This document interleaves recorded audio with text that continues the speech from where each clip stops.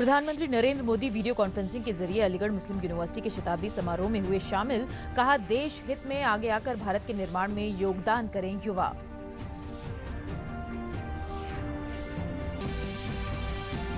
प्रधानमंत्री नरेंद्र मोदी ने वर्चुअली भारत अंतर्राष्ट्रीय विज्ञान महोत्सव 2020 को किया संबोधित। कहा, भारत में विज्ञान है प्रौद्योगिकी और नवविचार की एक समृद्ध विरासत।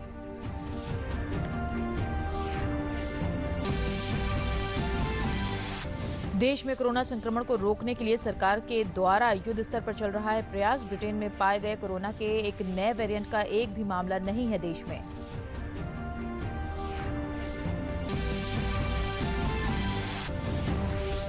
और प्रदेश में कोरोना संक्रमण की रिकवरी दर बढ़कर हुई 95.68%। अब तक 5,51,917 मरीज कोरोना संक्रमण से पूरी तरह हो चुके हैं स्वस्थ।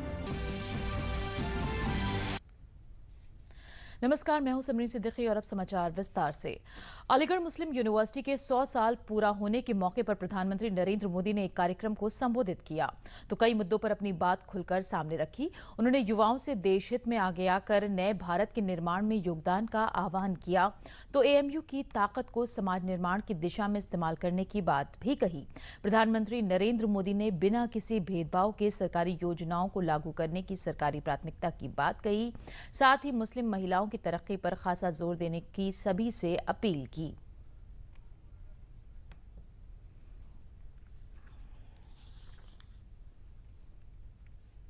पॉलिटिक्स इंतजार कर सकती है, सोसाइटी इंतजार कर सकती है, देश का डेवलपमेंट का इंतजार नहीं कर सकता। गरीब समाज के किसी भी वर्ग का हो वो इंतजार नहीं कर सकता। महिलाएं, वंचित, पीड़ित, शोषित विकास का इंतजार नहीं कर सकते। सबसे बड़ी बात, हमारे युवा, आप सभी और इंतजार नहीं करना चाहेंगे। पिछली शताब्दी में मतभेदों के नाम पर बहुत वक्त पहले ही जाया हो चुका है। अब वक्त नहीं गंवाना है। सभी को एक लक्ष्य के साथ मिलकर नया भारत, आत्मनिर्भर भारत बनाना है।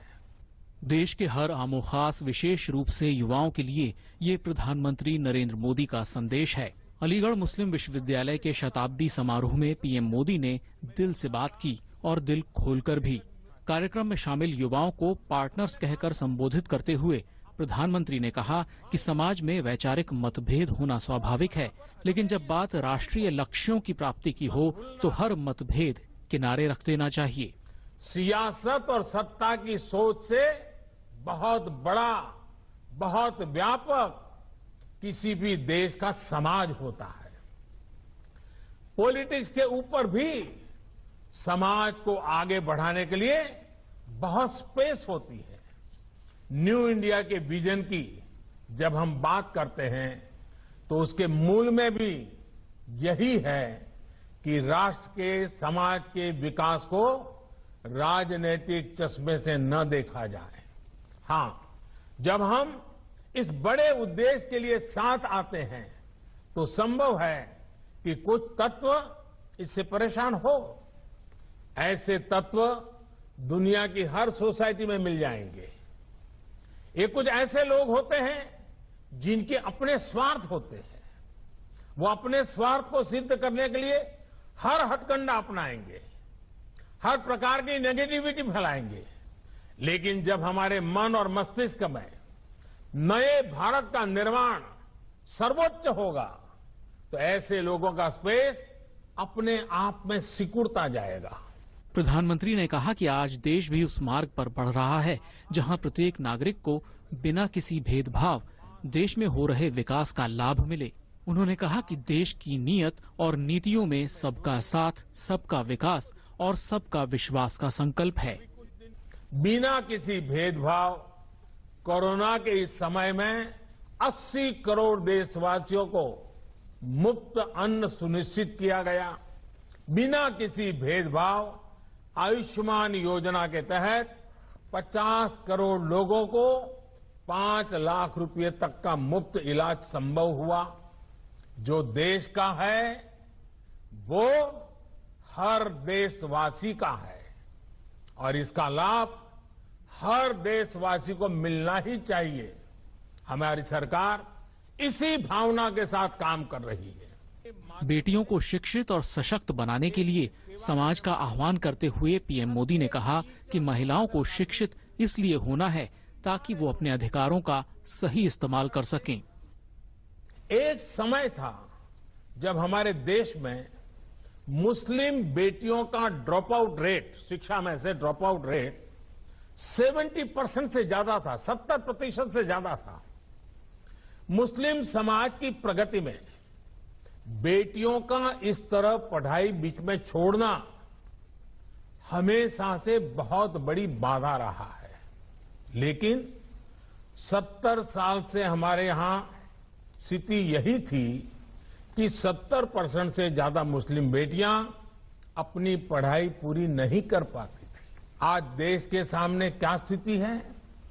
पहले मुस्लिम बेटियों का जो स्कूल ड्रॉप आउट रेट 70% से ज्यादा था, वो अब घटकर करीब करीब 30% रह गया है। शताब्दी समारोह के मौके पर एएमयू को मिनी इंडिया बताते हुए पीएम मोदी ने सबसे एक भारत श्रेष्ठ भारत की भावना को मजबूत बनाने के लिए मिलकर काम करने का आह्वान भी किया। प्रधानमंत्री ने विश्वविद्यालय के शताब्दी समारोह के मौके पर एक डाक टिकट भी जारी किया।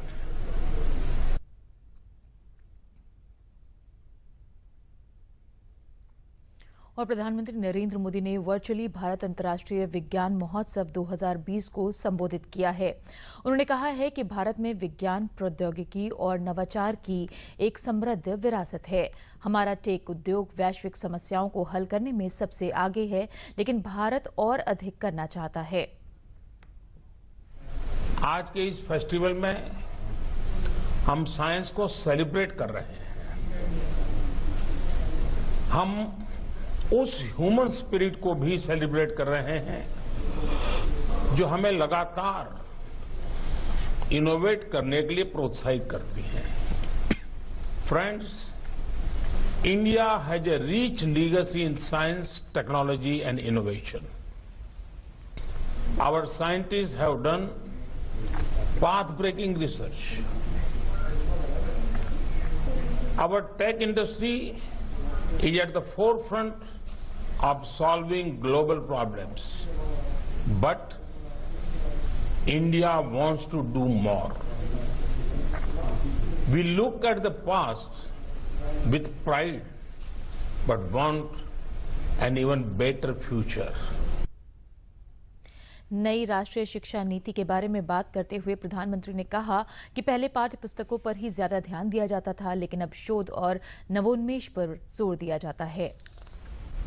आज भारत के एजुकेशन सिस्टम में स्ट्रक्चरल रिफॉर्म्स किए जा रहे हैं ताकि किताबी ज्ञान से आगे निकलकर स्पिरिट ऑफ इंक्वायरी को बढ़ावा मिले। 3 दशक के लंबे समय के बाद देश को नेशनल एजुकेशन पॉलिसी मिल चुकी है। इस पॉलिसी के एजुकेशन सेक्टर को फोकस ही बदल गया है। पहले आउटलेस पर फोकस था, अब आउटकम्स पर है। पहले टेक्स्ट बुक की पढ़ाई पर फोकस था, अब रिसर्च और एप्लीकेशन पर है। नई नेशनल एजुकेशन पॉलिसी एक ऐसा माहौल देश में बनाने पर भी फोकस कर रही है जिससे टॉप क्वालिटी टीचर्स का एक पूल देश में तैयार हो सके। ये अप्रोच हमारे नए और उभरते साइंटिस्ट को भी मदद करेगी, एनकरेज करेगी। भारत का अन्य देशों के साथ संबंधों को मजबूत करने और वैश्विक स्तर पर भारत को और दृढ़ता से रखने के लिए बीते कुछ वर्षों में प्रधानमंत्री नरेंद्र मोदी को उनके योगदान के लिए कई अंतर्राष्ट्रीय पुरस्कारों से नवाजा गया है। इस कड़ी में नया पुरस्कार जुड़ा है लीजन ऑफ मेरिट पुरस्कार, जो अमेरिका का सबसे प्रतिष्ठित सैन्य सम्मान है। ये सम्मान प्रधानमंत्री नरेंद्र मोदी को भारत अमेरिकी संबंधों को मजबूत करने के लिए दिया गया है।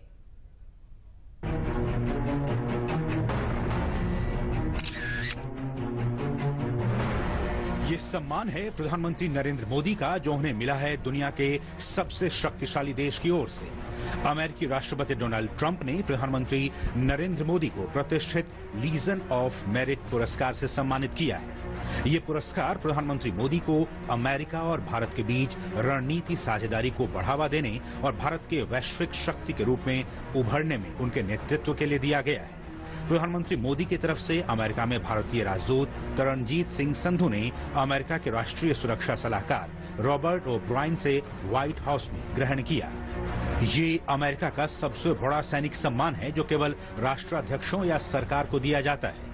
अमेरिका ने ये पुरस्कार प्रधानमंत्री मोदी के अलावा ऑस्ट्रेलिया के प्रधानमंत्री स्कॉट मॉरिसन और जापान के पूर्व प्रधानमंत्री शिंजो एबे को ही दिया है।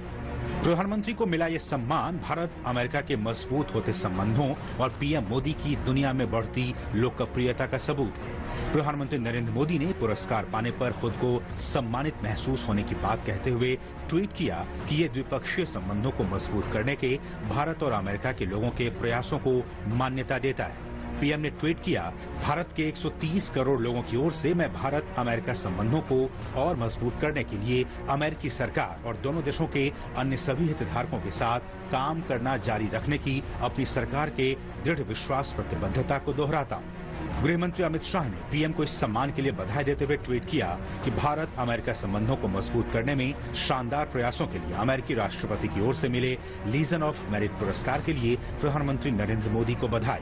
ये पुरस्कार विश्व नेता के रूप में उनकी स्वीकार्यता और वैश्विक शांति के प्रति अथक प्रयासों का एक और प्रमाण है। पुरस्कार के साथ दिए गए प्रशस्ति पत्र में कहा गया है कि मई 2014 से अगस्त 2020 तक भारतीय गणतंत्र के प्रधानमंत्री के रूप में असाधारण रूप से सराहनीय सेवा के लिए पुरस्कार प्रधानमंत्री नरेंद्र मोदी के दृढ़ नेतृत्व और दूरदर्शिता ने एक वैश्विक शक्ति के रूप में भारत के उदय को बढ़ावा दिया है और वैश्विक चुनौतियों का सामना करने के लिए अमेरिका और भारत के बीच संयुक्त रणनीतिक साझेदारी को बढ़ाया है। प्रधानमंत्री मोदी की व्यक्तिगत पहल ने रिश्तों के सभी पहलुओं में अमेरिका भारत संबंधों का विस्तार किया, एक स्थायी साझेदारी के लिए एक मजबूत नींव स्थापित करने में मदद की जो स्वतंत्रता, सभी नागरिकों के साथ समान व्यवहार और लोकतांत्रिक सिद्धांतों के लिए साझा प्रतिबद्धता पर आधारित है।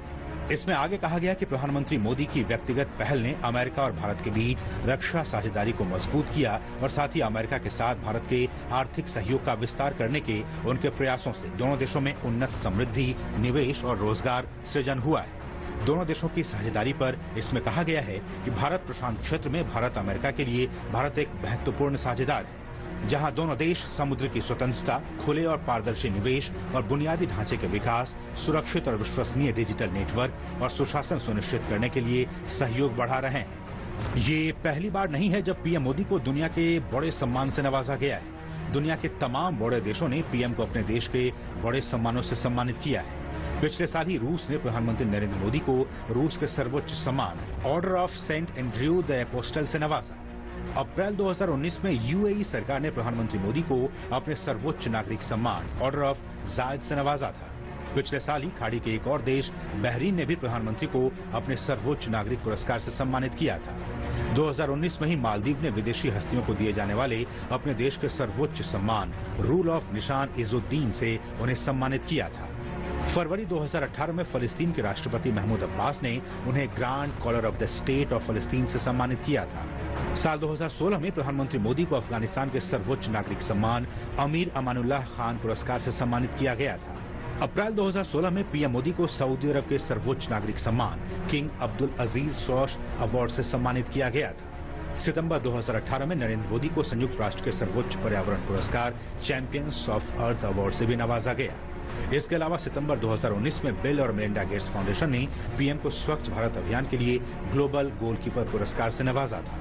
ये सारे पुरस्कार न केवल पीएम मोदी के कामों को बल्कि देश और विदेशों में उनकी बढ़ती लोकप्रियता और देश कल्याण के लिए उनकी प्रतिबद्धता का सबूत है।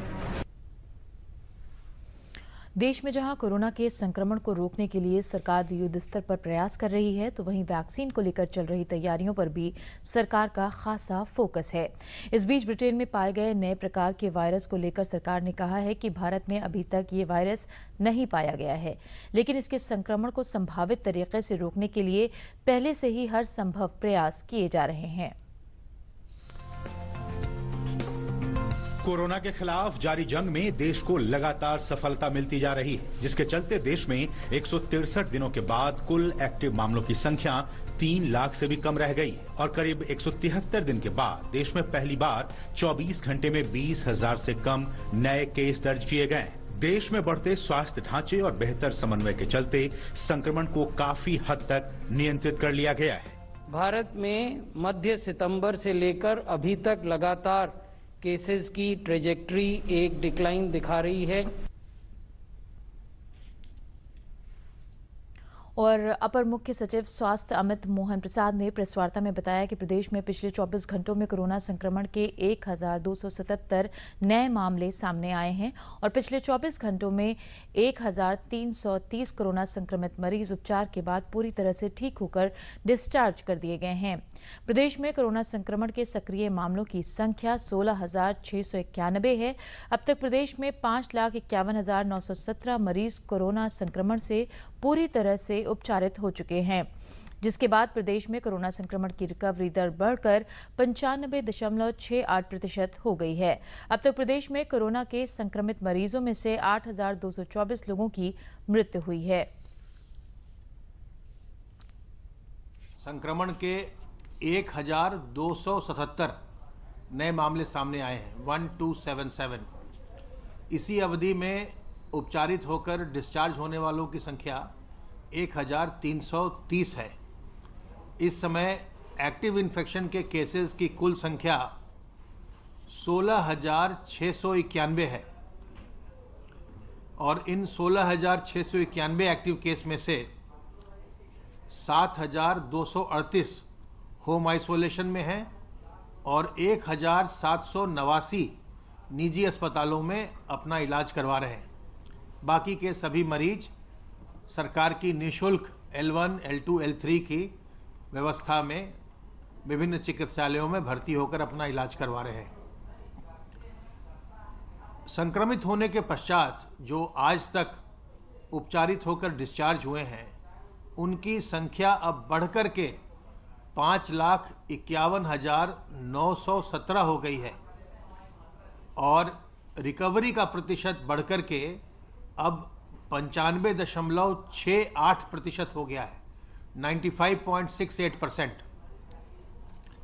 अब तक संक्रमित लोगों में से 8,224 लोगों की मृत्यु हुई है और केस फैटेलिटी रेट प्रदेश का 1.426% चल रहा है।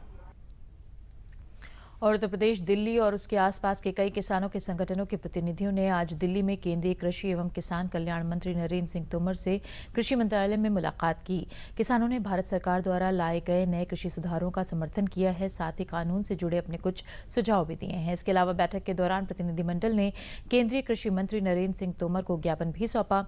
इस मौके पर केंद्रीय कृषि मंत्री नरेंद्र सिंह तोमर ने कहा कि किसान संगठनों के साथ बैठक काफी सार्थक रही।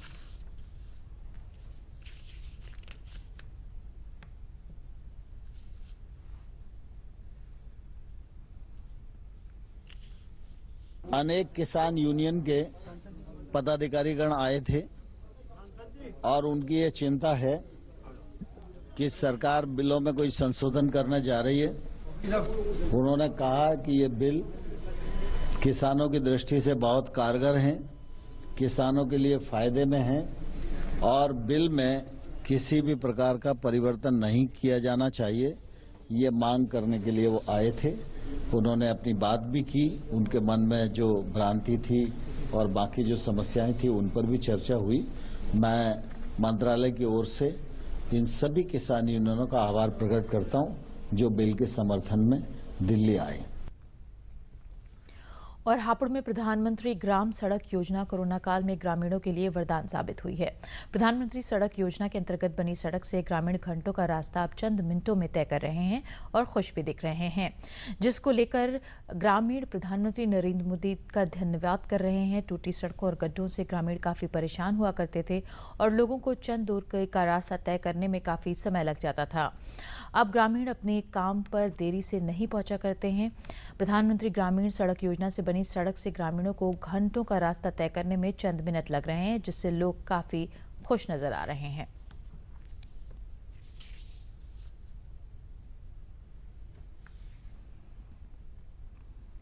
सड़क से बहुत जो अच्छा जो काम हुआ है। ये पहले खाई खड्डे थे इस रोड पे, आने जाने में दिक्कत थी लोगों को।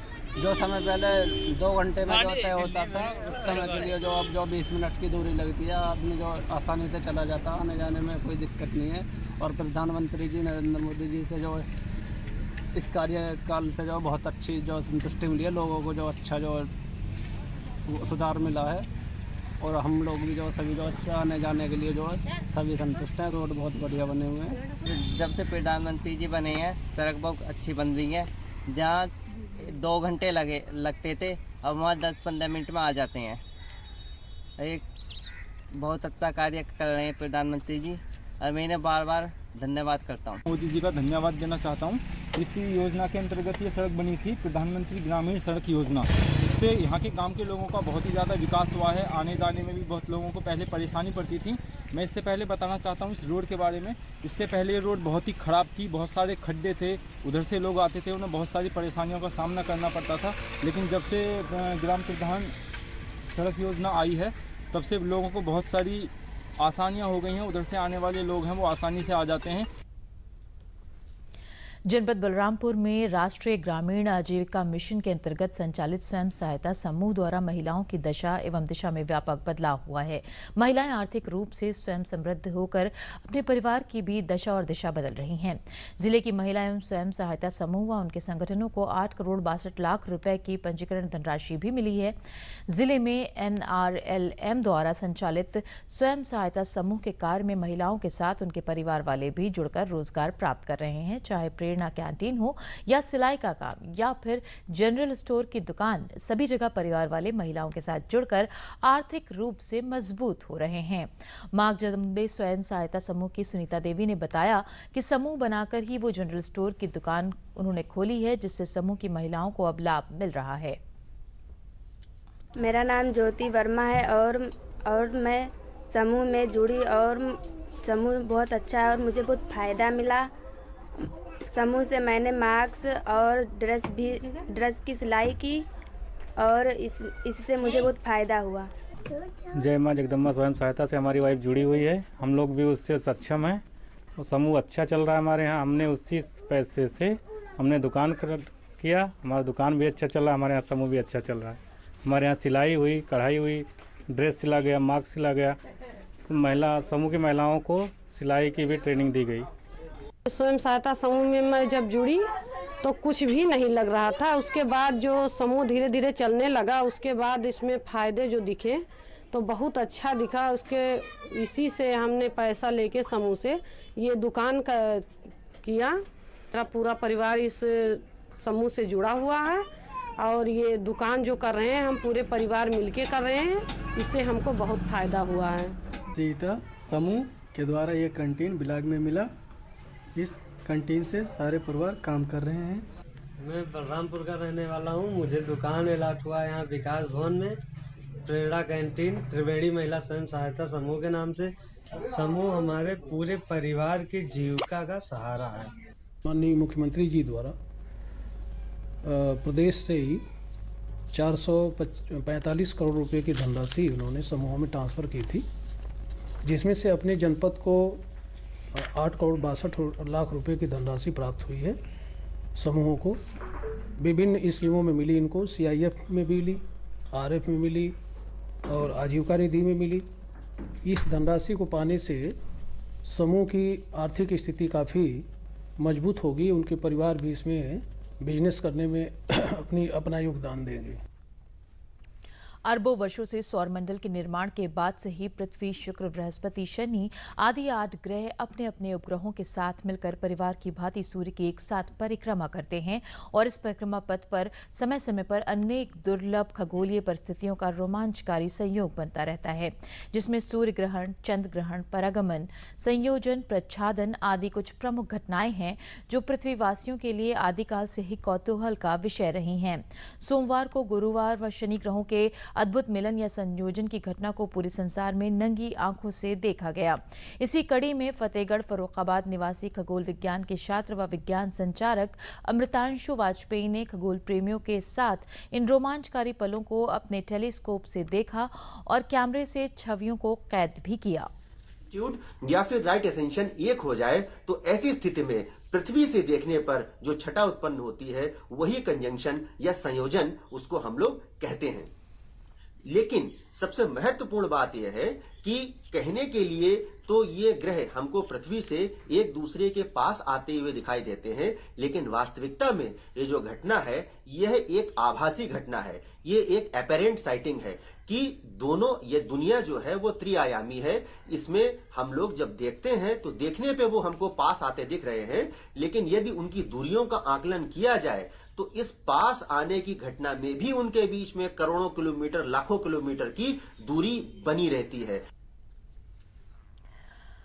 प्रदेश सरकार की महत्वाकांक्षी योजना एक जनपद एक उत्पाद से झांसी जनपद में सॉफ्ट टॉयज निर्माण से महिलाओं की आर्थिक स्थिति में सुधार तो हो ही रहा है और अन्य प्रदेशों से भी इनकी मांग बढ़ने लगी है। आत्मनिर्भर बनने के लिए ये योजना कारगर साबित हो रही है। झांसी में प्रदेश सरकार विशिष्ट कलाओं एवं उत्पादों को प्रोत्साहित कर रही है और ODOP के जरिए इस उद्योग को बड़ा बाजार मिल चुका है, जिससे इस काम से जुड़े लोगों को खास आय अर्जित हो रही है। इस काम से जुड़ी महिलाओं ने बताया कि वे अपने पारिवारिक कार्य के साथ ही बचे हुए समय में सॉफ्ट टॉयज बनाने का काम करती हैं और अपने परिवार के लिए आय जुटा रही हैं।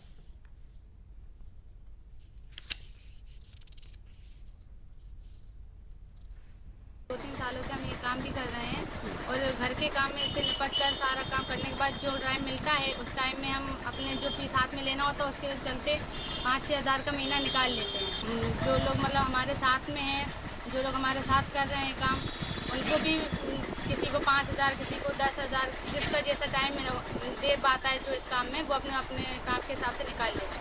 वही ये काम करके और मैं अपना खर्च उठा लेती हूँ। ये टेडी बियर, डॉल और भी कुछ चीज़ें। ये 2018 में उत्तर प्रदेश सरकार ने महत्वाकांक्षी योजना एक जनपद एक उत्पाद प्रारंभ की, जिसमें यूपी के 75 जिलों में एक एक आइटम को चुना गया। झांसी में सॉफ्ट टॉयज को चुना गया। यहाँ पे सॉफ्ट टॉयज का काम थोड़ा पहले से चल रहा था और बिखरे हुए क्लस्टर के रूप में करारी है, हसारी है, राजगढ़ है, नगरा है, ऐसी जगहों पर काम चल रहे हैं। तो इसमें गवर्नमेंट ने चुना और हम लोगों ने इसमें 2 CFC कॉमन फैसिलिटी सेंटर बनाने के लिए प्रस्ताव भेजा है शासन को और 300 महिलाओं के बैच को हम लोग 3 बार ट्रेनिंग दे चुके हैं, उनको टूलकिट निःशुल्क वितरित कर चुके हैं। तो इस तरह से गवर्नमेंट जो है इसमें CFC की स्थापना के लिए मदद कर रही है। बाराबंकी जिले में अवैध शराब के कारोबार में मशहूर चैनपुरवा गांव की महिलाओं ने आत्मनिर्भरता की राह पकड़ ली है। करीब 3 माह पहले पुलिस अधीक्षक डॉक्टर अरविंद चतुर्वेदी चौपाल की आयोजित कर गांव की महिलाओं से रूबरू हुए और उन्हें इस धंधे से निकालकर आत्मनिर्भर बनाने की पहल शुरू की।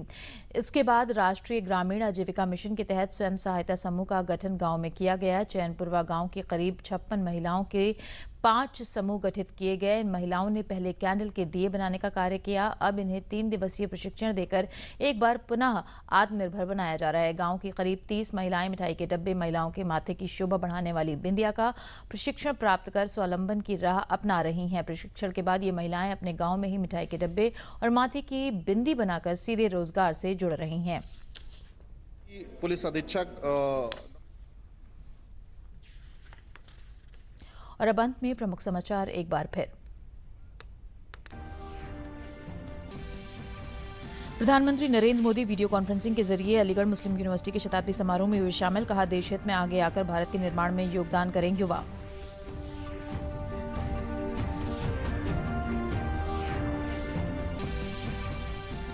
प्रधानमंत्री नरेंद्र मोदी ने वर्चुअली भारत अंतर्राष्ट्रीय विज्ञान महोत्सव 2020 को किया संबोधित। कहा, भारत में विज्ञान है, प्रौद्योगिकी और नवाविचार की एक समृद्ध विरासत।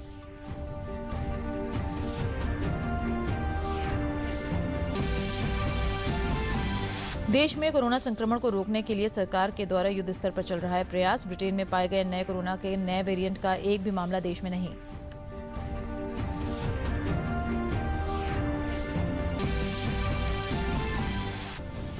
और प्रदेश में कोरोना संक्रमण की रिकवरी दर बढ़कर हुई 95.68%। अब तक 5,51,917 मरीज कोरोना संक्रमण से पूरी तरह से हो चुके हैं स्वस्थ।